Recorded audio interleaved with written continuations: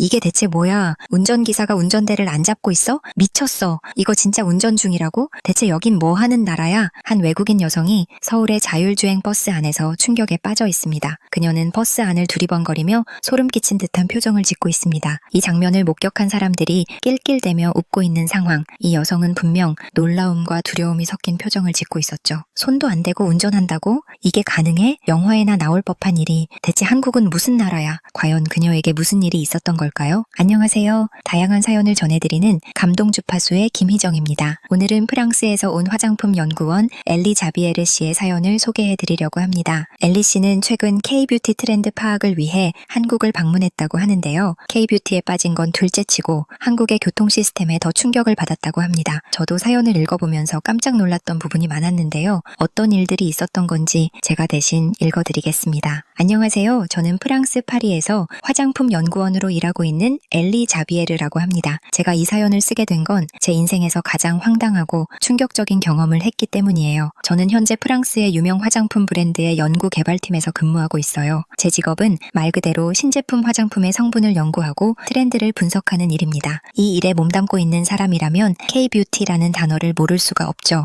한국의 화장품 기술이 요즘 전 세계적으로 큰 화제가 되고 있잖아요. 그래서 저희 회사에서도 K-뷰티 트렌드 분석을 위해 연구원을 한국으로 파견하겠다고 했을 때 저는 당연히 가고 싶지 않았습니다. 한국? 거기 가서 뭘 배운다는 거야. 유럽이 화장품의 본고장인데 많은 사람들이 프랑스 사람들이 인종차별이 심하다는 생각을 가지고 계실 듯한데 사실 부끄럽지만 저 역시도 동양의 나라보다는 유럽 사람들이 훨씬 더 선진화된 생각과 기술을 갖고 있다는 편견을 가지고 있긴 했어요. 아무래도 오랜 시간 동안 전 세계를 이끈 건 서구 문화권이니까 말이죠. 화장품만큼은 한국이 잘한다는 걸 인정했지만 솔직히 말해서 화장품 이외의 다른 기술력이나 교통 인프라 같은 건 전혀 기대하지 않았습니다. 사실 한국의 화장품도 제가 직접 사용하기 전까지는 그 화제성을 이해하기가 상당히 어려웠어요. K-팝 스타를 앞선 끼워 팔기식의 마케팅에 불과하다고 생각했었거든요. 아무래도 미디어에 비춰지는 한국 스타들의 피부가 반짝반짝하다 보니 그걸 바라보는 팬들이 한국 스타들이 피부가 좋은 건 한국의 화장품 덕분일 거야 라고 생각하고 화장품에 관심을 갖는다고 생각했어요. 그리고 개인적으로 프랑스나 영국, 미국 같은 곳에서 K-팝이 유행하는 것도 잘 이해가 안 됐어요. 일단 동양 남성들은 서양의 남성들보다는 좀 왜소하잖아요. 저는 처음에는 해외에 나와 사는 동양계들이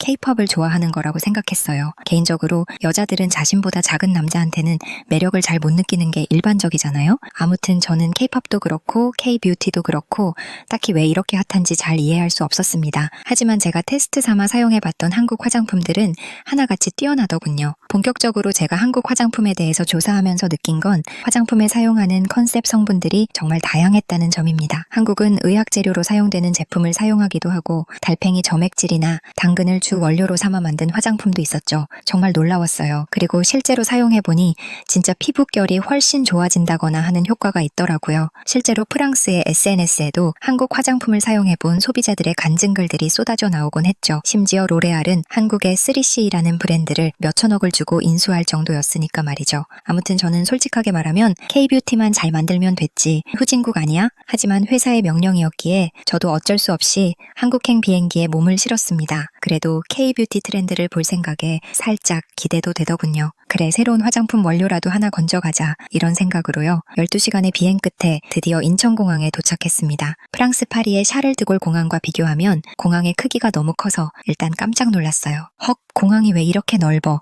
길 잃어버리겠네. 그리고 더 놀라운 건 입국 심사 과정이었습니다. 보통 유럽에서는 줄을 서서 공무원에게 여권을 보여주고 대기하는 시간이 오래 걸려요. 하지만 인천공항에서는 AI 얼굴 인식 시스템이 적용된 자동 입국 심사대가 있더라고요. 저는 그 줄을 이용해서 입국 심사를 통과하지는 않았지만 굉장히 빠르게 입국 심사를 완료하는 사람들을 보면서 한국이 제가 생각한 것보다 훨씬 발전한 나라일 수도 있겠다는 생각을 했습니다. 입국 심사가 끝난 후 소피라는 동료 연구원이 저를 마중 나왔습니다. 소피는 1년 전부터 한국 지사에 파견되어 K-뷰티 연구를 하고 있는 선배예요. 저는 소피에게 살짝 투덜거렸죠. 그래서 어떻게 호텔까지 가야 해? 여기 택시 타야 해? 소피가 깔깔 웃으며 말했습니다. 택시? 아니, 한국에선 공항철도가 있어. 바로 서울역까지 직통으로 가는 전철이야. 전철? 짐 들고 전철 타라고? 사실 저는 여행 가방을 끌고 전철을 타는 걸 상상도 못했습니다. 유럽에서 전철은 항상 사람이 많고 짐을 둘 공간이 없기 때문이죠. 하지만 소피는 여유롭게 말했습니다. 엘리, 그냥 따라와봐. 너 놀랄 거야. 공항철도를 타고 이동하는 그 순간 제 인생에서 또 한 번의 충격이 찾아왔습니다. 기차 좌석이 얼마나 깔끔하고 넓은지 정말 믿기지 않았어요. 심지어 무료 와이파이가 제공되고 있더라고요. 와이파이도 무료라고? 대체 여긴 뭐야? 그때 소피가 옆에서 한마디 했죠. 그것뿐만이 아니야. 한국의 대중교통은 모든 전철과 버스에서도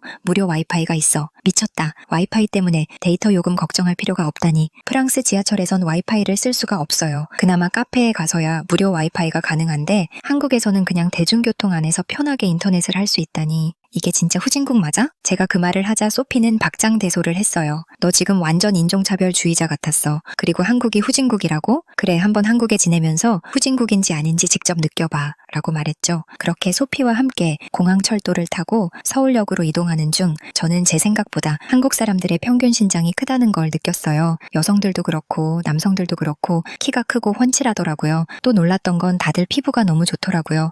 여성들의 경우 메이크업으로 잡티나 트러블 흔적을 커버했을 수도 있을 텐데 남성들의 피부가 다 하나같이 굉장히 좋아 보였어요. 저는 소피에게 한국 남자들 피부가 너무 좋아 보인다고 했더니 소피 역시 처음 한국에 왔을 때 가장 놀라웠던 게 그거였다고 하더라고요. 사람들이 프랑스를 패션의 나라라고 생각하는 경우가 많은데 사실 패션계 종사자나 패션에 관심이 많은 몇몇 사람들을 제외하고 일반적인 사람들은 그냥 대충 다니는 경우들이 정말 많거든요.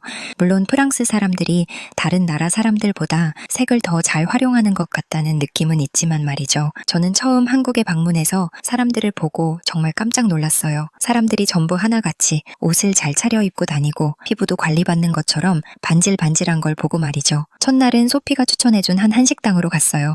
미슐랭 스타를 받은 식당이라고 하더라고요. 저는 이 식당에서 식사를 하면서 한 번 더 놀라움을 경험했습니다. 뭔가 더럽고 냄새나고 프랑스인인 제 입맛에 먹을 수 없는 음식이 나올 줄 알았는데 세상에 너무 고급스럽고 신선한 요리들이 나오더라고요. 음식들을 입에 넣을 때마다 눈이 정말 자동으로 크게 뜨여지는 그런 맛이었어요. 제가 너무 맛있게 음식을 먹자 소피가 한국에 살면서 겪었던 다양한 에피소드에 대해서 이야기를 해줬습니다. 그중 가장 놀라웠던 건 한국의 택배 시스템이었어요. 오늘 오후에 주문해도 내일 새벽에 집 앞으로 물건이 배송이 온다고 했죠. 저는 대체 그게 어떻게 가능한 건지 이해할 수가 없었어요. 아무리 한국이 땅이 좁다고 해도 물건이 이동하는 물리적인 시간이 있을 텐데 그게 가능할 리가 없다고 생각했거든요. 소피가 지역 거점마다 큰 물류센터들이 있고 어쩌고 설명을 해주긴 했는데 솔직히 잘 이해가 가지는 않았어요. 그리고 소피가 한국에 살면서 K-뷰티 시장이 커질 수밖에 없다고 생각한 이유에 대해서 자신만의 생각을 들려줬는데 정말 놀라운 이야기들이 많았습니다. 한국의 뷰티 시장은 경쟁이 매우 치열하다고 하더군요. 수많은 중소 브랜드들이 매년 새롭게 시장에 진입하면서 경쟁 우위를 확보하기 위해 품질과 가격 경쟁력을 강화한 결과 한국의 화장품은 품질이 뛰어나면서도 가격이 합리적이라는 평판을 얻게 됐다고 했죠. 뿐만 아니라 한국의 뷰티 시장은 유행의 변화 속도가 매우 빠르다고요. 고객의 요구에 빠르게 대응할 수 있는 민첩한 공급망 관리와 짧은 제품 개발 주기가 한국 뷰티 산업의 특징입니다. 예를 들어 유행하는 K-드라마에 나온 새로운 립스틱 컬러가 몇 주 내에 시장에 출시되는 것이 가능한 시장이라며 자신도 처음에 알게 됐을 때 매우 놀라웠다고 말하더라고요. 또한 웰빙과 클린 뷰티 트렌드가 전 세계적으로 확산되면서 한국의 뷰티 브랜드들은 저자극, 비건, 천연 성분을 강조한 마케팅을 통해 유리한 입지를 확보했다고 설명했어요. 한국 화장품은 안전하다는 인식을 전 세계인에게 인식시키는 데 성공시켰다며 우리도 한국의 중소 브랜드들의 브랜드 전략이나 다양한 성공 방식을 배워야 한다고 말했죠. 저는 새삼 한국의 기업들의 위대함에 대해서 느꼈습니다. 그저 로레알에 인수된 3CE가 운이 좋았던 게 아니라 한국의 화장품 산업이 이렇게 탄탄하게 키워져 있어 전 세계적으로 인지도를 쌓고 각광받고 있다는 걸 새롭게 깨닫게 된 시간이었습니다. 다음 날 소피와 함께 서울 뷰티 박람회장으로 향했습니다. 당연히 택시를 탈 줄 알았는데 소피가 또 말했죠. 오늘은 지하철 타고 가자. 택시보다 더 빠르고 깨끗하고 편해. 뭐? 지하철이 택시보다 더 빠르다고? 저는 또 한 번 놀랐습니다. 프랑스 파리의 지하철은 불결하고 악취가 진동합니다. 지하철이 오면 바닥에 쓰레기가 굴러다니고 노숙자가 타기도 하죠. 하지만 서울의 지하철에 탑승한 순간 전 두 눈을 의심했습니다. 너무 깨끗하고 바닥에 쓰레기 하나 없었으니까요. 바닥이 이렇게 깨끗하다고? 뭐야, 청소 끝난 직후인가? 그뿐만이 아니었습니다. 지하철 좌석에 앉았을 때 뭔가 몸에 딱 맞는 편안함이 느껴졌어요. 소피가 또 한마디 했죠. 이건 인체공학적 설계로 만든 좌석이야. 편안하지? 헉, 진짜 편하다. 왜 이렇게 편해? 프랑스 지하철은 돌덩이에 앉는 느낌인데 거기다 지하철 안에서도 무료 와이파이가 연결됐습니다. 저는 핸드폰을 꺼내 SNS에 인증샷을 올리려 했죠. 지하철인데 인터넷이 빵빵하게 터지네? 이게 진짜야? 공항에서의 자동화 시스템, 공항철도의 정시성, 지하철의 무료 와이파이와 깨끗한 내부, 인체공학적 좌석까지. 이 모든 경험이 저에게 충격이었어요. 어쩌면 내가 한국을 오해하고 있었을지도 모르겠다. 저는 한국에 대한 편견이 조금씩 무너지고 있다는 걸 깨달았습니다. 하지만 이것은 단지 시작에 불과했죠. 다음 날 아침 저는 소피와 함께 K뷰티 박람회에 참가했습니다. 서울 코엑스에서 열린 박람회였는데 정말 수많은 브랜드와 신제품들이 한자리에 모여 있었어요. 화장품의 성분, 발림성, 향, 지속력 등 수많은 최신 트렌드의 제품을 체험할 수 있었죠. 이건 대박이야. 프랑스에 없는 혁신 제품이 많잖아? 저는 평소에도 K뷰티를 인정하고 있었지만 이번 박람회를 통해 그동안 알지 못했던 한국 화장품의 진짜 경쟁력을 느꼈습니다. 미세한 피부톤 교정이 가능한 톤업 선크림이나 바르는 순간 온도에 반응해 색이 변하는 맞춤형 립 틴트 같은 제품들이 정말 인상 깊었죠. 그리고 박람회에 참여한 기업의 담당자들은 전부 영어는 기본이고 중국어까지 하는 사람들도 많았어요. 그들은 자신의 회사 제품에 상당한 자부심을 갖고 있는 것처럼 보였습니다. 화장품 회사의 직원들이라 그런지 마치 모델과 연예인처럼 반짝반짝 빛나는 피부와 매력적인 외모를 가진 사람들도 꽤 많이 보였죠. 한국 화장품 진짜로 미쳤네. 이건 꼭 사야겠다. 저는 회사에 가져갈 샘플을 한가득 챙겼습니다. 그렇게 박람회 일정이 끝나고 저는 소피와 함께 다시 호텔로 돌아갈 준비를 했죠. 소피가 말했습니다. 오늘은 자율주행 버스를 타고 호텔로 돌아가자. 자율주행 버스? 그게 뭐야? 소피는 신이 난 얼굴로 설명했습니다. 이건 너도 처음 보는 거일 거야. 한국에선 이미 자율주행 버스가 운행되고 있어. 뭐? 사람이 운전하지 않는다고? 버스가 스스로 움직인다고? 저는 믿을 수 없다는 듯 고개를 저었습니다. 프랑스에서는 자율주행 차량이 몇몇 시범 사업으로만 진행되고 있는데 그마저도 도심에서 운행되기까지는 몇 년이 걸릴 거라고 하거든요. 에이, 설마 한국이 우리보다 앞서 있을 리가 있나? 하지만 소피는 미소를 지으며 말했죠. 엘리, 타보면 네 생각이 바뀔 거야. 버스 정류장에 도착하니 평범해 보이는 버스가 멀리서 다가오고 있었습니다. 저는 그저 일반 버스라고 생각했죠. 그런데 버스가 멈추고 사람들이 하나둘 탑승하기 시작했을 때 운전석에 앉아있는 기사님을 보고 경악했습니다. 뭐야? 이 사람 손을 운전대에 안 대고 있잖아. 운전기사는 평온하게 손을 무릎 위에 올리고 있었습니다. 심지어 운전대는 천천히 스스로 움직이고 있었죠. 저는 그 장면을 본 순간 얼어붙었습니다. 뭐야? 손도 안 대고 운전하는 거야? 이거 말이 돼? 저는 소피에게 다급하게 속삭였습니다. 소피, 이거 사고 나는 거 아니야? 운전대에 손을 안 대고 있잖아. 이러다 죽는 거 아니냐고. 소피는 키득거리며 웃었습니다.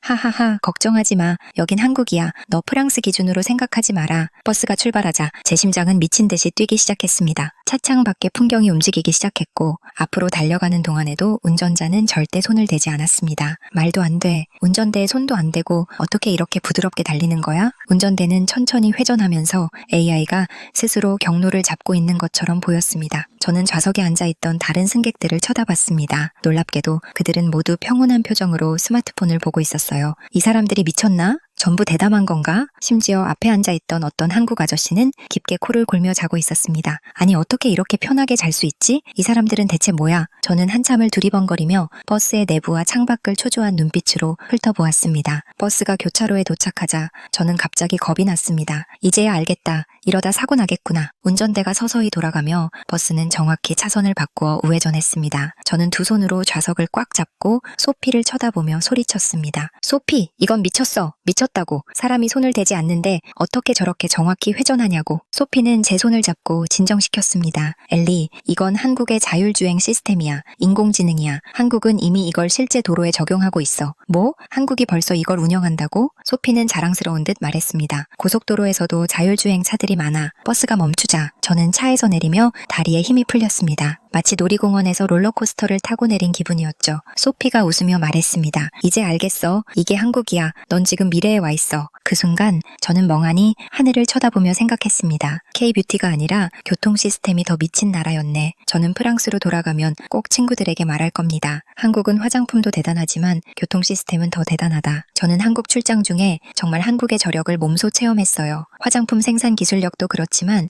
교통 시스템이 정말 충격적일 정도였어요. 그리고 한국의 공중 화장실 정말 놀라웠습니다. 지하철 안에 있는 공중 화장실도 너무 깨끗했고 공원이나 길거리에 있는 공중 화장실 모두 너무 쾌적했는데 전부 무료라는 게 인상 깊었어요. 프랑스의 공중 화장실은 남자들의 중요 부위만 가릴 수 있을 정도로 심각하거든요. 그런 부분에 있어서는 프랑스보다 한국이 훨씬 낫다는 생각을 했습니다. 한국을 방문하기 전이었다면 한국이 이렇게 발전된 나라라는 걸 몸소 체험하지 못했겠죠. 만약 다음번에 회사에서 또 한국으로 출장을 갈 사람을 뽑는다면 저는 자원해서 한국으로 꼭 오고 싶어요 라고 사연 보내주셨습니다.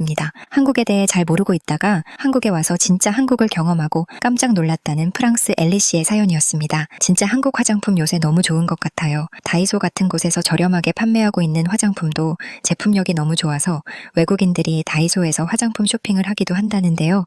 정말 산업 자체가 커져서 전 세계로 수출도 많이 하고 해서 우리나라 경제에 많은 도움이 됐으면 좋겠습니다. 오늘의 사연은 여기까지입니다. 사연에 관한 여러분들의 다양한 의견을 댓글로 남겨주세요. 오늘도 끝까지 시청해주신 구독자 여러분 너무 감사하고 사랑합니다. 저는 다음 영상에서 다시 뵙겠습니다.